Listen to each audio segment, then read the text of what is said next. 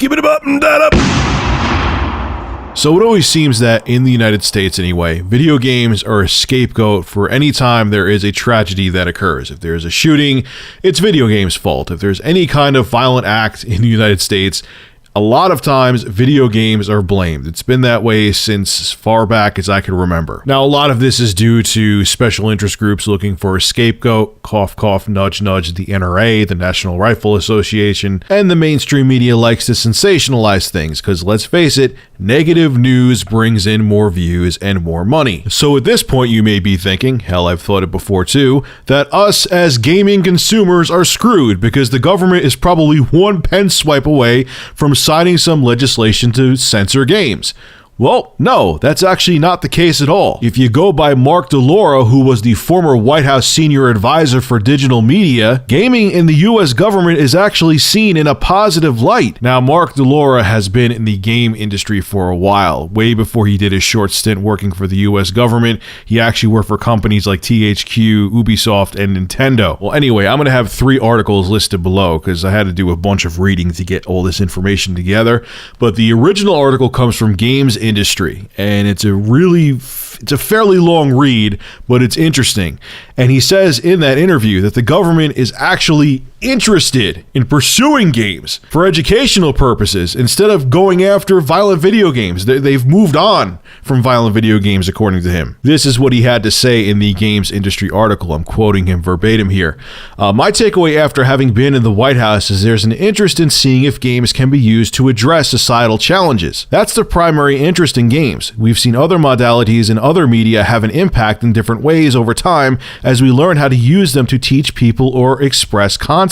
Games can do that? If they're not doing that, how can we get them to do that? If they're doing it a little, do they want to do it more? How can we encourage this? Now he continues and he says that there is positive stories about gaming out there, a good amount of them, but the mainstream media doesn't want to talk about them because people like negative stories better. This is what he said about that. There's a hype cycle, of course, that comes from mass news, but I think a lot of that comes from the stories that end up in the press, and the conversations that we've had for the last 20 years have been around the negative impact of games. You don't get a ton of positive stories. They're out there, they're hard to find, they don't get huge press. In general, great feel-good stories don't get huge press anyway, which is really true. That's the challenge. As games are doing more and more great things, UCSF Neuroscience Research, for example, they're looking at games and maybe getting FDA approval on a game to help people multitask. That's a great story to get out there, to say, look, video games can do more things. He also said the government is looking into getting tax credits to game companies, and they want to encourage more people to work in the tech industries like gaming. I so love that Mark DeLauro came out and talked about this to Games Industry. I'll have a link below. There's going to be 3 links actually, because there's a lot of information about this whole interview that he did with Games Industry, and I kind of cherry picked what I found most interesting, but if you want to look through it, there is other great stuff there.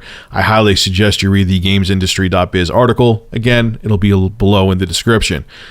But I'm so glad this guy came out and said this, because the mainstream media, especially the conservative mainstream media, loves to use games as a scapegoat. They instantly, it can't be guns. Guns are not the issue. It's games, because games, breed violence, and it's all games. Ban games. I remember there was an article I did a while back where this jackass was actually, if you bring your video games to us, we'll give you delicious ice cream, because games are so bad, even though there has been tons of research saying that games do not cause people to be violent. But anyway, I've beaten that horse to death. But to have a guy who used to work for the U.S. government come out and say, the government's not against games. The government's looking to give people incentives to work in the industry. The government's looking to use games to help people, is fantastic, because it just knocks all the wind out of the sails of all these corporate mainstream media frauds who are bought out to use games as a scapegoat. Now, to everyone out there who's going to say, oh, Rich, what are you saying? Guns are the problem then? You're saying guns are the problem? No, I'm not saying guns are the problem, all right? I hate that, because I have a very neutral approach on guns. I'm not super pro-gun and I'm not anti-gun, but it's like, if I don't show myself spooning with a rifle, people think that I'm anti-gun and want all everyone's weapons taken away and to bring on tyranny. That's not what I'm saying. But I'm saying every time there's a mass shooting, everyone's like, no, oh, no, don't look at guns, don't look at guns, don't look at guns, don't look at changing any reforming gun laws or anything like that. It's video games. Video games are what are killing people. And I can't stand that shit.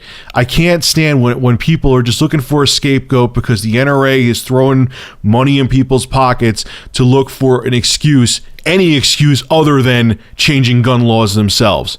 I don't think guns should be taken away from people, but like I said in a video on RLM Corp today, I do think that gun laws need to be reformed. So with all this research being done that proves that games don't make people violent, there's been so many case studies that prove that games don't make people violent, and now we have a former government insider saying, hey, the government's not anti-game.